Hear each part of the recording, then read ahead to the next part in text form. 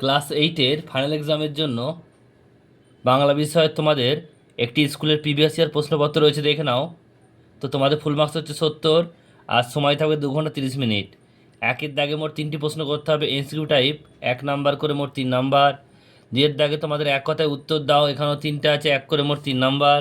তিনের দাগের দুইটি প্রশ্ন করতে হবে, 2 করে মোট 4 নাম্বার।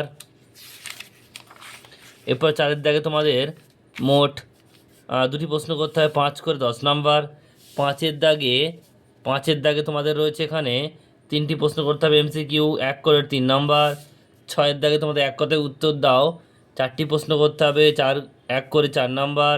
সাতের দাগে তোমাদের দুটি প্রশ্ন করতে হবে, 5 করে মোট 10 নাম্বার। আটের দাগের একটি প্রশ্ন করতে হবে 5 মার্কসের, 5 একে 5 নাম্বার। নয়ের দাগে তোমাদের একটি প্রশ্ন, যে কোনো 4টি করতে হবে, 1 করে 4 নাম্বার।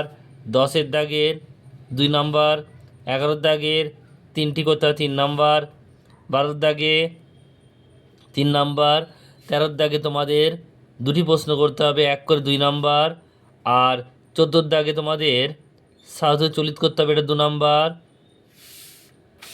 এরপর আছে তোমাদের 15 দাগের, এখানে তোমাদের 4 মার্কসের চিঠি একটা রয়েছে, আর একটা সংবাদপত্রের চিঠি অথবা রয়েছে।